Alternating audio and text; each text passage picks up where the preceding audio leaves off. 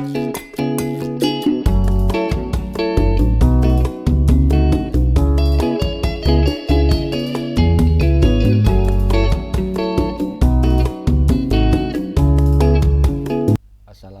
warahmatullahi wabarakatuh.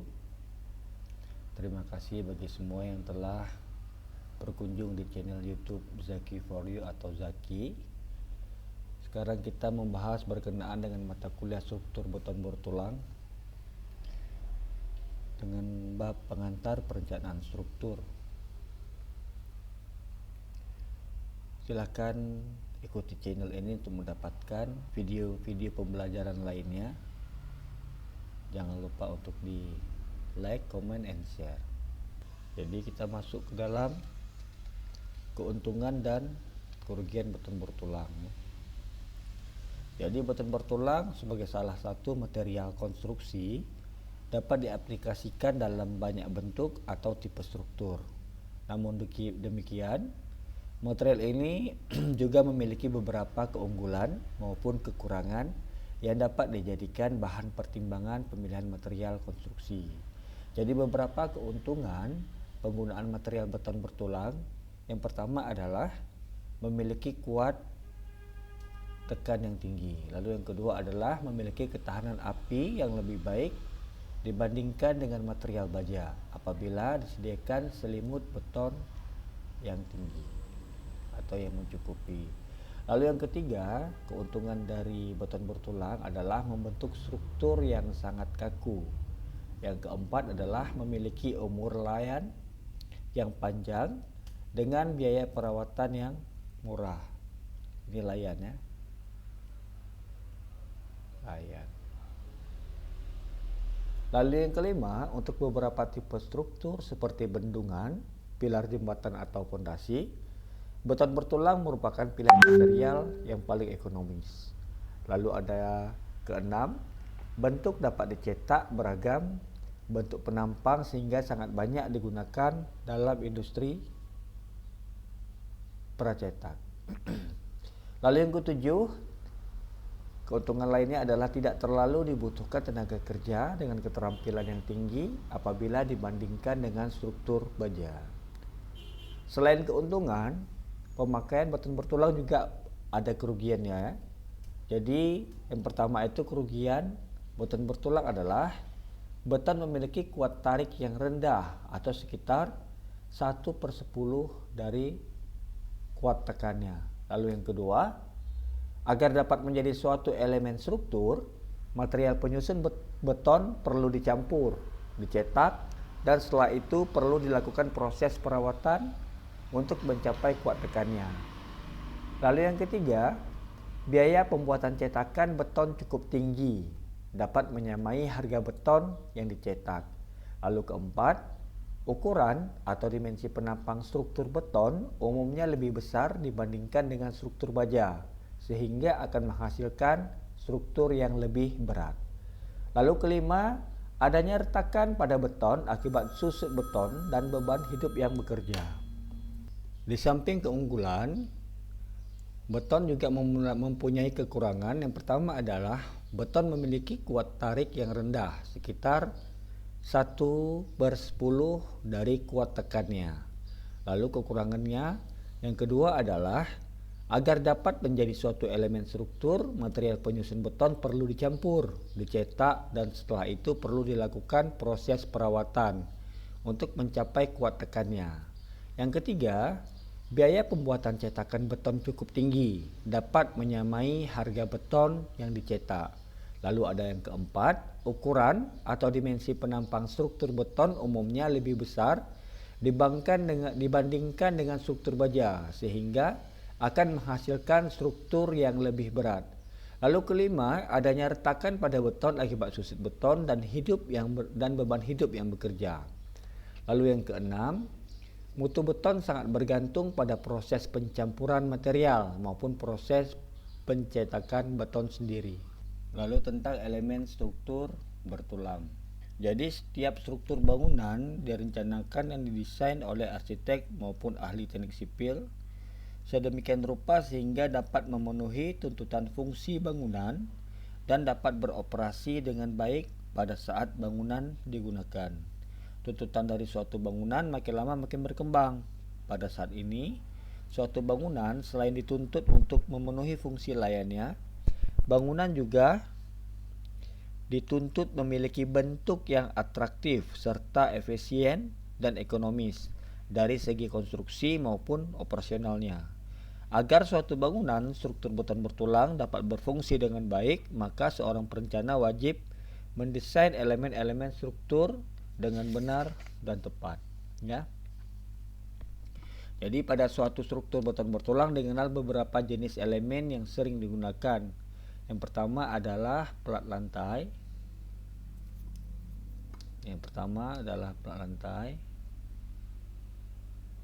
Lalu yang kedua ada balok. Lalu yang ketiga ada kolom. Yang keempat ada dinding, dan kelima ada pondasi, ya. Jadi kita masuk ke dalam pelat lantai.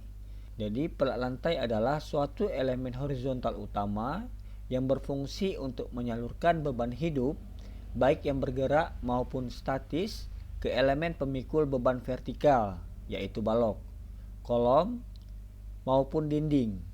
Pelat lantai dapat direncanakan sehingga dapat berfungsi menyalurkan beban dalam satu arah atau pelat satu arah atau one way slab. Atau dapat pula direncanakan untuk menyalurkan beban dalam dua arah atau pelat dua arah, atau dengan istilah two way slab. Tebal pelat umumnya jauh lebih kecil daripada ukuran panjang maupun lebarnya. Secara lebih rinci, prosedur perencanaan pelat lantai akan diuraikan nanti di pertemuan-pertemuan selanjutnya. Lalu ada balok, yang dimana pengertian balok adalah elemen horizontal ataupun miring yang panjang dengan ukuran lebar serta tinggi yang terbatas. Balok berfungsi untuk menyalurkan beban dari pelat. Pada umumnya balok dicetak secara monolit dengan pelat lantai sehingga akan membentuk balok penampang T, ya. Jadi ini dicetaknya biasa, ini baloknya, ini pelat lantainya.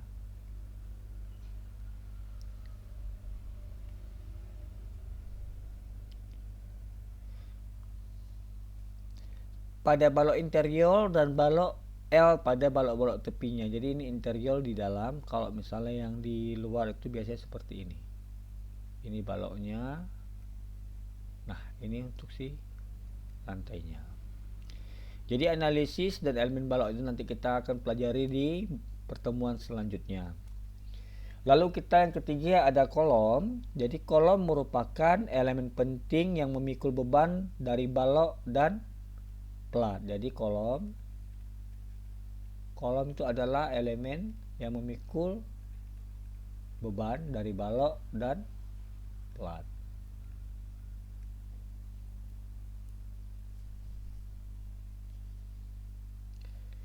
Kolom dapat memikul beban aksial saja, namun lebih sering kolom direncanakan sebagai pemikul beban kombinasi aksial dan lentur.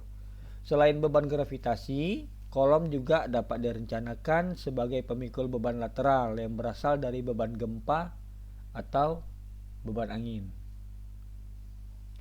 Jadi analisis dan desain kolom nanti akan kita bahas di selanjutnya, ya. Lalu yang ke selanjutnya di situ ada yang namanya dinding, yang dimana dinding adalah elemen plat vertikal yang dapat memikul beban gravitasi. Jadi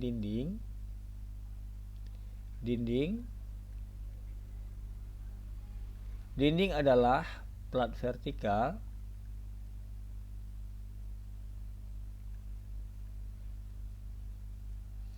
yang dapat memikul beban gravitasi maupun beban lateral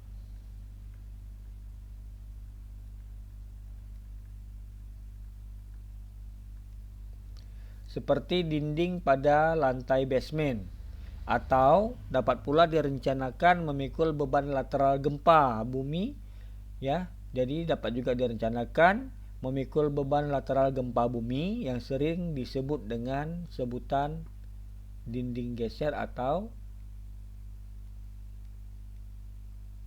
shear wall. Lalu di sini ada keenam ya. Kelima, pondasi. Saya hapus dulu yang atasnya.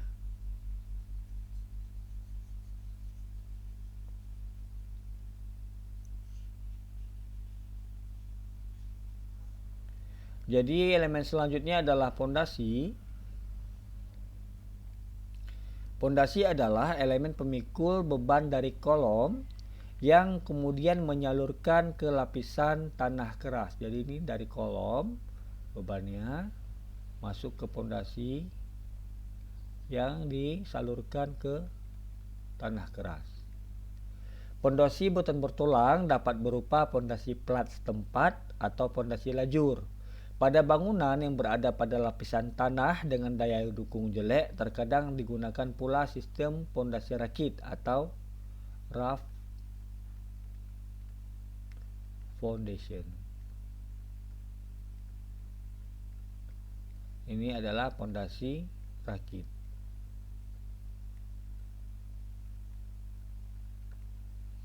Ya. Lalu ada satu lagi ini ketinggalan yang nomor 6. Ada yang dikatakan elemen rangka. Jadi rangka adalah gabungan antara elemen balok dan rangka akan membentuk suatu sistem struktur rangka. Sistem struktur rangka dapat merupakan struktur statis tertentu maupun statis tak tentu. Sekarang ke standar perencanaan. Proses perencanaan dan konstruksi suatu struktur bangunan pada umumnya diatur oleh suatu aturan tertentu. Sesuai dengan lokasi struktur bangunan tersebut berada. Pada umumnya, jadi tiap negara memiliki peraturan masing-masing. Contohnya seperti di Amerika Serikat, sebelum tahun 2000 dikenal 3 macam standar perencanaan bangunan. Yang pertama, ada yang dikatakan UBC. Lalu yang kedua, jadi UBC ini adalah Uniform Building Code. Uniform Building Code. Yang kedua, ada yang namanya Standar Building Code. Standar Building Code. Lalu yang ketiga, ada yang namanya Basic Building Code. Basic Building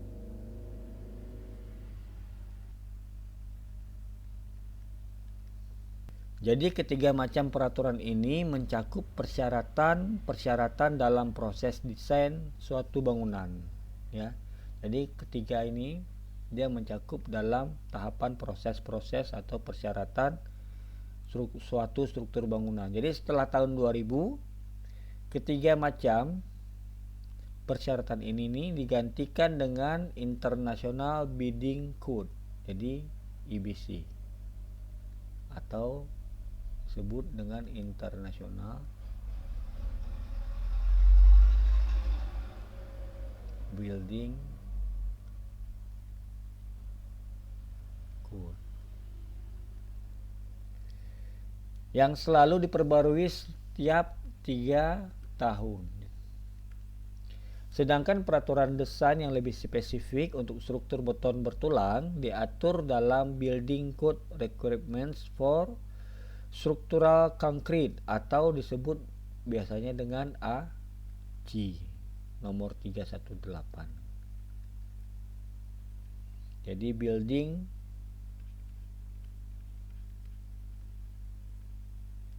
Code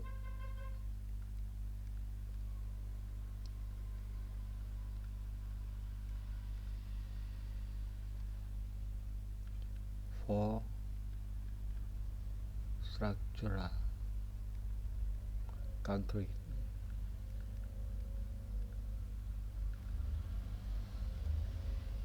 atau biasa disingkat dengan ACI. Sedangkan di Indonesia sendiri, peraturan desain struktur beton diatur dalam SNI di Indonesia. Dia memakai, baik lagi ya, SNI 2847 tahun 2013 berkenaan tentang persyaratan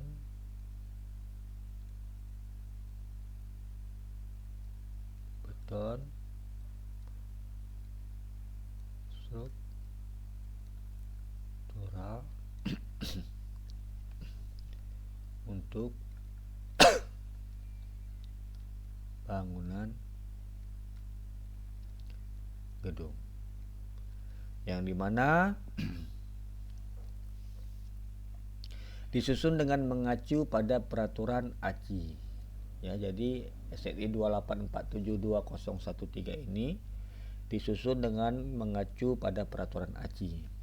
Konsep perencanaan yang dianut oleh SNI adalah berbasis kekuatan. Jadi konsepnya dia berbasis kekuatan,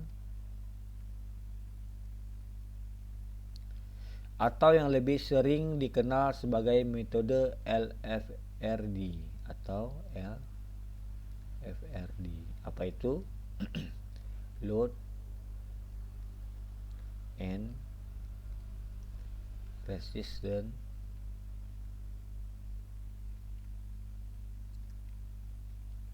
Factor Design. Jadi SNI ini biasa disebut juga dengan faktor kekuatan ya. Jadi dengan menggunakan konsep ini, maka persyaratan dasar yang harus dipenuhi dalam desain adalah kuat rencana. Jadi kuat rencana itu harus lebih besar daripada kuat perlu. Jadi karena mengacu pada sistem kekuatan atau dari LFRD, maka kuat rencana harus lebih besar daripada kuat perlu. Atau kuat nominal lebih besar daripada U. Bila kuat rencana adalah P atau kuat nominal, maka kuat perlu adalah U, maka kuat nominal harus lebih besar daripada U. Ya, ini menjadi persamaan 1.1. Kuat nominal menggambarkan tingkat kekuatan elemen struktur yang dapat dihitung dengan metode-metode konservatif yang telah distandarkan dalam peraturan. Sedangkan kuat perlu atau U dihitung dengan mempertimbangkan faktor beban sesuai jenis yang bersangkutan, seperti beban mati,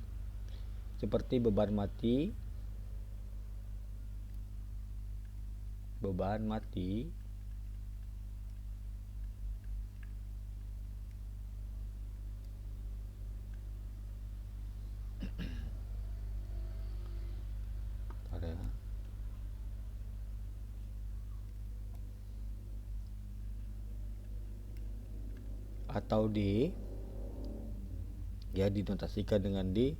Lalu ada yang namanya beban hidup atau L.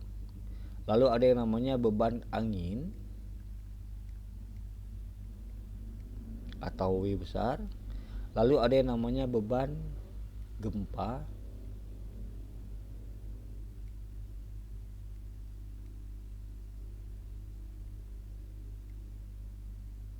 atau E, ya. Jadi persamaan satu-satu berlaku secara umum untuk setiap elemen struktur yang dihitung. Jadi secara khusus untuk elemen struktur yang memikul momen lentur, jadi secara khusus elemen struktur yang memikul momen lentur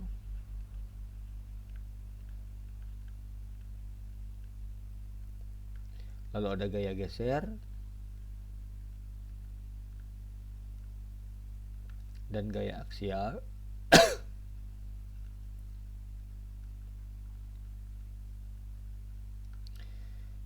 Jadi persamaan dari si satu-satu ini dapat dituliskan secara lebih khusus menjadi persamaan 11A, 11B, dan 11C. Jadi indeks N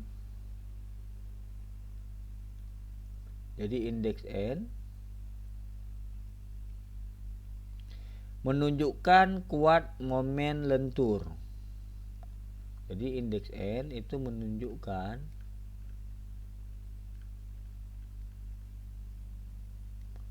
kuat momen lentur, kuat geser dan kuat aksial nominal. Kuat geser itu ada namanya kuat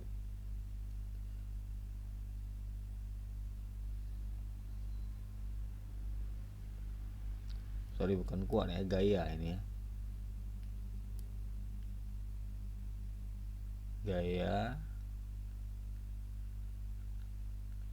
gaya geser, lalu ada gaya aksial.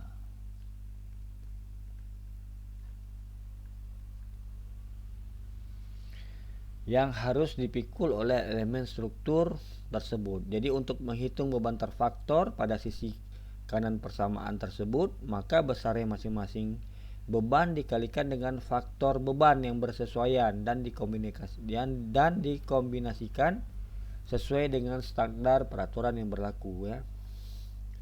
Lalu kita masuk ke dalam pembahasan berkenaan dengan beban. Jadi beban adalah gaya luar yang bekerja pada suatu struktur. Jadi beban adalah gaya luar yang bekerja pada suatu struktur. Jadi penentuan secara pasti besarnya beban yang bekerja pada suatu struktur selama umur layannya merupakan salah satu pekerjaan yang cukup sulit. Jadi selain itu pada umumnya penentuan besarnya beban hanya merupakan suatu estimasi saja. Meskipun beban yang bekerja pada suatu lokasi dari struktur dapat diketahui secara pasti, distribusi beban dari elemen ke elemen dalam suatu struktur pada umumnya memerlukan asumsi dan pendekatan ya. Jadi jika beban yang bekerja pada suatu struktur telah diestimasi, maka masalah berikutnya adalah menentukan kombinasi. Jadi masalah berikutnya adalah menentukan kombinasi beban yang bekerja paling dominan.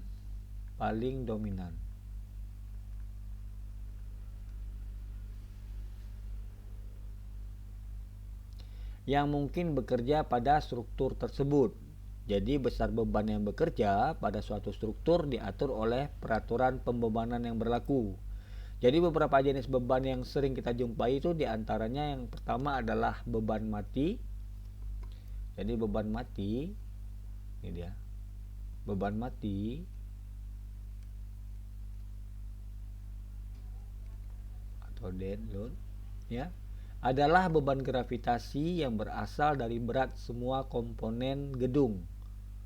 Jadi ini adalah berat gravitasi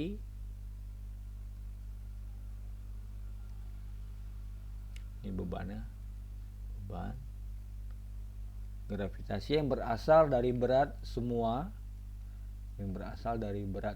komponen struktur ya, atau bangunan yang bersifat permanen selama masa layan struktur tersebut. Termasuk pula ke dalam jenis gedung tersebut ya adalah beban mati unsur-unsur tambahan seperti peralatan tetap yang tak terpisahkan dari gedung tersebut.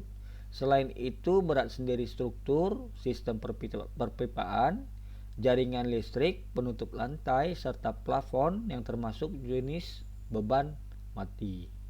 Jadi ini ada tabel yang menampilkan contoh berat dari komponen bangunan penting yang digunakan untuk menentukan besarnya beban mati, atau bisa dilihat nanti untuk pembebanan pada peraturan pembebanan Indonesia untuk gedung tahun 1983. Jadi berat sendiri bangunan pada komponen gedung itu contohnya seperti ini, tertera pada gambar ada, ini dia elemennya, lalu ini adalah beratnya per volume.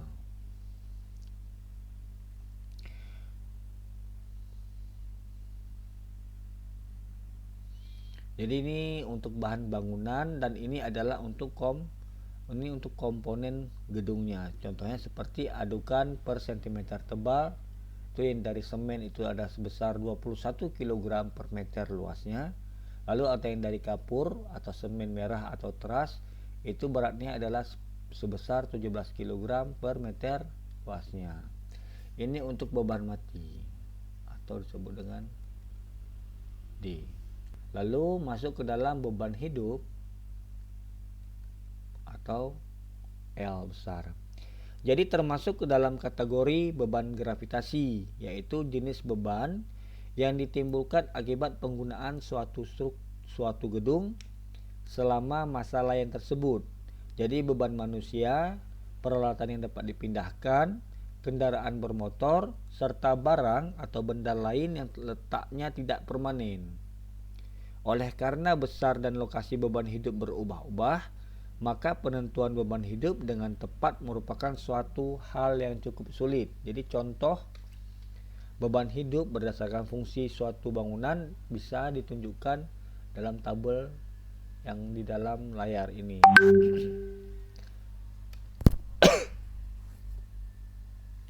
Jadi ada beban hidup pada lantai, contohnya adalah seperti ini. Lalu kita lanjut ke beban angin. Jadi beban angin adalah beban yang timbul sebagai akibatnya adanya tekanan dari gerakan angin.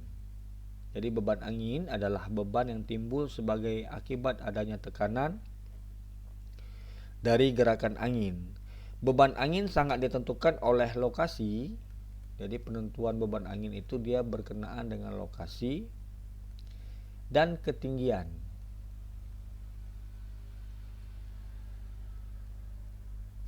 Dari suatu struktur bangunan. Intensitas tekanan tiup yang direncanakan dapat diambil minimum sebesar 25 kg. Jadi intensitas dari tekanan tiup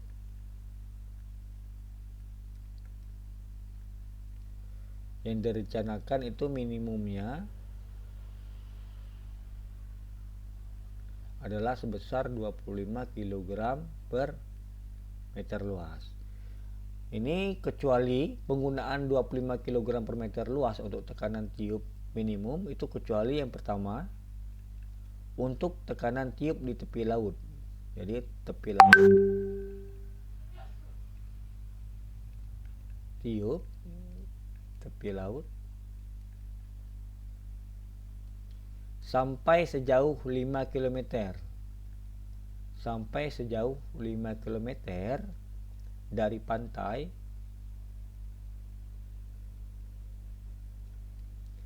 harus diambil minimum. Jadi minimumnya adalah sebesar 40 kg per meter luas. Lalu kondisi kedua, untuk daerah lain ya yang memungkinkan tekanan tiupnya lebih dari untuk daerah lain yang dimana tekanan tiupnya itu memungkinkan lebih dari 40 kg per meter luas, harus diambil sebesar P sama dengan V kuadrat per 16 dengan satuan kilogram per meter luas, yang dimana V adalah kecepatan angin.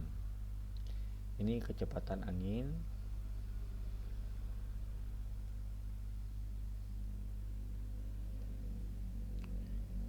Satuannya adalah meter per second.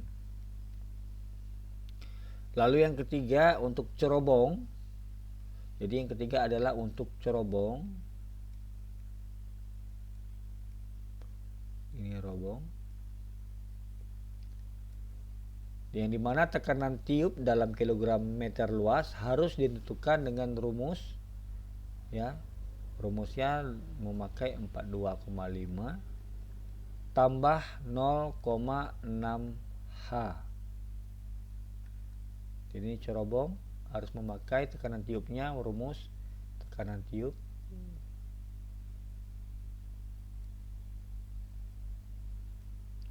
(42,5 tambah 0,6 H), yang dimana H adalah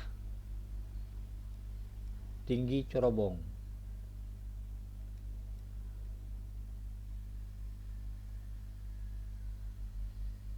Jadi satuannya meter. Jadi nilai tekanan tiup yang diperoleh masih harus dikalikan dengan suatu koefisien angin guna mendapatkan gaya resultan yang bekerja pada struktur. Jadi sekarang kita masuk ke beban gempa, ya. Jadi beban gempa merupakan beban dalam arah horizontal dari struktur yang ditimbulkan oleh adanya gerakan tanah akibat gempa bumi, baik dalam arah vertikal maupun horizontal. Pada beberapa kasus, umumnya pengaruh beban gempa dalam arah vertikal lebih menentukan daripada pengaruh gempa arah vertikal. Ini maksudnya horizontal, ya. Jadi pada umumnya itu pengaruh gempa dalam arah vertikal lebih menentukan daripada pengaruh gempa arah horizontal. Jadi besarnya gaya gempa yang bekerja pada dasar struktur bangunan itu ditentukan berdasarkan persamaan untuk beban gempa. Jadi persamaannya adalah V sama dengan CS dikali dengan W, yang dimana C adalah koefisien respon seismik. C adalah koefisien respon seismik, yang dimana ini ditentukan berdasarkan respon spektrum. Ini penentuannya berdasarkan respon spektrum.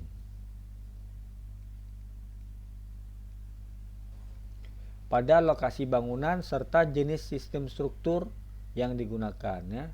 Jadi ini penentuannya untuk koefisien respons seismik, penentuannya adalah respons spektrum serta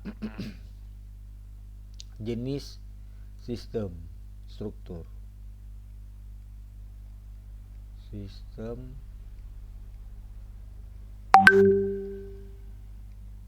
struktur yang digunakan. Sedangkan W, ini saya hapus dulu, ya. Sedangkan W adalah berat seismik efektif.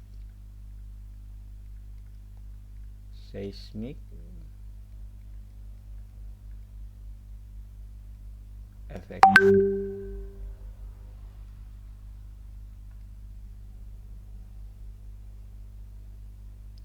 Yang berisi seluruh beban mati dan beban lainnya yang diisyaratkan dalam peraturan mengenai gempa. Sekarang kita masuk dalam kombinasi beban. Jadi itu menurut SNI 2847/2013, setiap komponen struktur harus dirancang sedemikian rupa sehingga mampu memikul beban yang lebih besar daripada beban layan atau beban aktual guna memberikan jaminan keamanan terhadap kegagalan struktur. Dalam metode perencanaan berbasis kekuatan atau strength,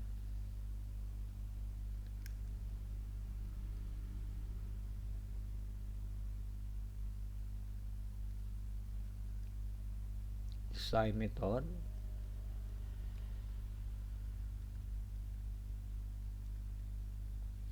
elemen struktur didesain untuk memikul beban terfaktor yang diperoleh dengan mengkalikan suatu faktor beban terhadap beban layan nominal.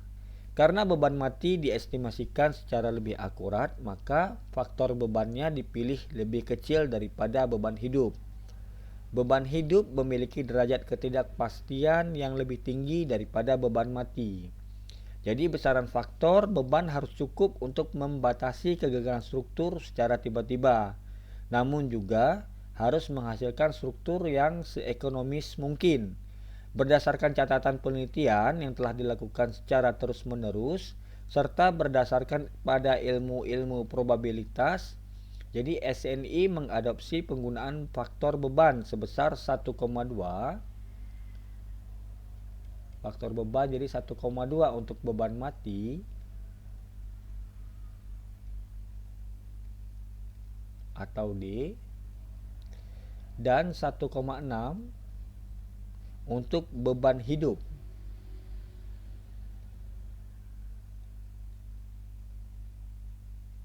atau L. Nilai faktor beban untuk beban mati diambil lebih kecil karena beban mati dapat dihitung dengan derajat kepastian yang lebih tinggi daripada beban hidup. Berdasarkan persyaratan SNI 2847 2013 atau 2013 pasal 9.2, besarnya kuat perlu U kuat perlu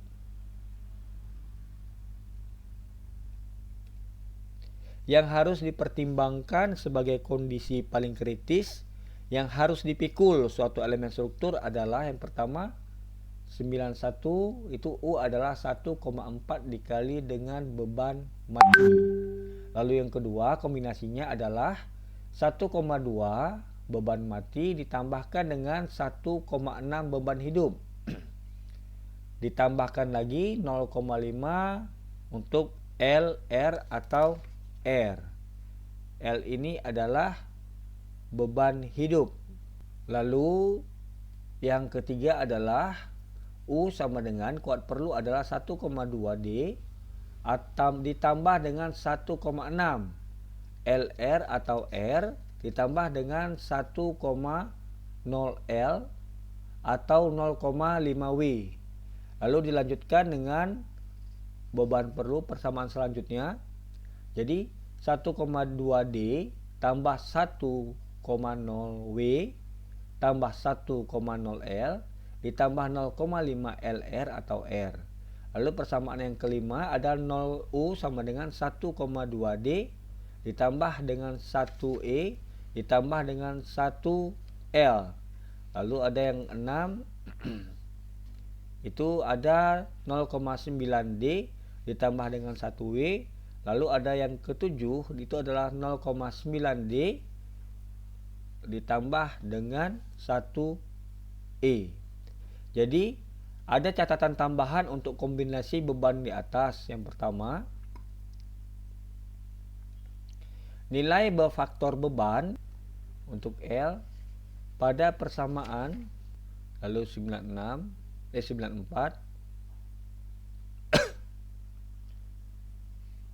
dan 95 itu dapat direduksi menjadi 0,5 L. Jadi faktor beban L dapat direduksi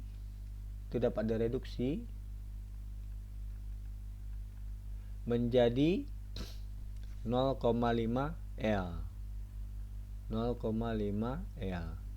Jika nilai L tidak lebih besar daripada 4,8. Jadi jika nilai L tidak lebih besar daripada 4,8 kilo Newton per meter luas atau sebesar 500 kg per meter. Di samping itu juga faktor tersebut tidak boleh direduksi untuk area garasi atau area publik. Jadi di sini L-nya itu untuk area garasi atau area publik.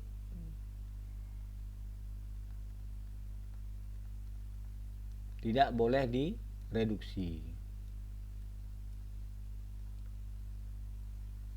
direduksi. Lalu yang kedua, catatan yang kedua adalah apabila beban angin tadi W. Jadi ini W wind untuk beban angin.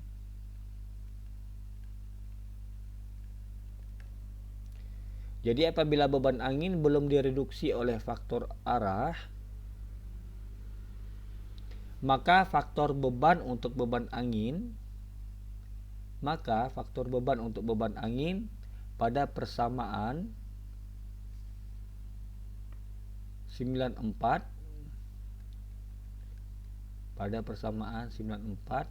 sebentar ya. Jadi nilai W yang belum direduksi oleh faktor arah,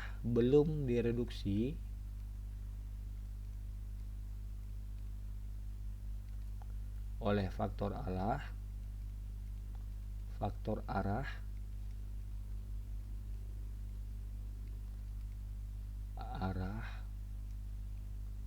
maka faktor beban untuk beban angin pada persamaan 93 harus diganti menjadi 1,6. Harus diganti pada persamaan 9.3 harus diganti menjadi 1,6. Dan dalam persamaan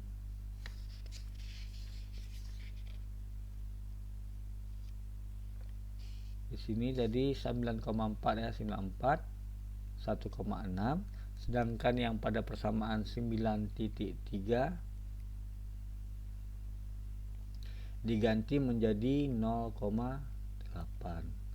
Di ini 0,8 bila belum ditentukan arah, sedangkan yang pada persamaan 94 dari 1,0 menjadi 1,6. Jadi catatan yang ketiga, untuk struktur yang memikul beban fluida, maka unsur beban fluida tersebut dapat dimasukkan dalam persamaan 91 lalu 95 lalu ada satu lagi 9.7 dengan faktor beban yang sama dengan faktor beban mati.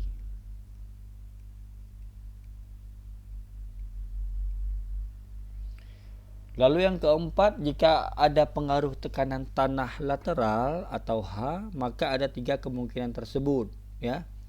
Jadi ada 3 kemungkinan. Yang pertama, apabila H bekerja sendiri atau menambah efek dari beban-beban lainnya, maka harus dimasukkan dalam kombinasi pembebanan dengan faktor beban. Jadi H harus dimasukkan dalam kombinasi pembebanan dengan faktor beban sebesar 1,6.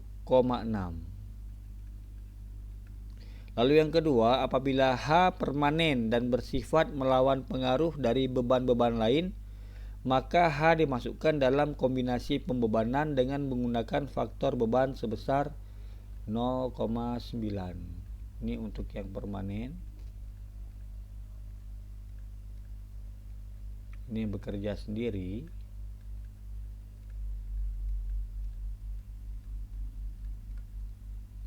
Lalu di sini ada yang namanya H yang bersifat tidak permanen. Namun pada saat H bekerja mempunyai sifat melawan beban-beban lainnya, maka H boleh tidak dimasukkan dalam kombinasi pembebanan. H tidak permanen.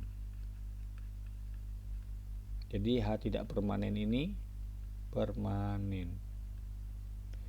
Jadi bersifat tidak permanen yang dimana pada saat H bekerja itu mempunyai sifat melawan beban-beban lainnya, maka beban H boleh tidak dimasukkan dalam kombinasi pembebanan.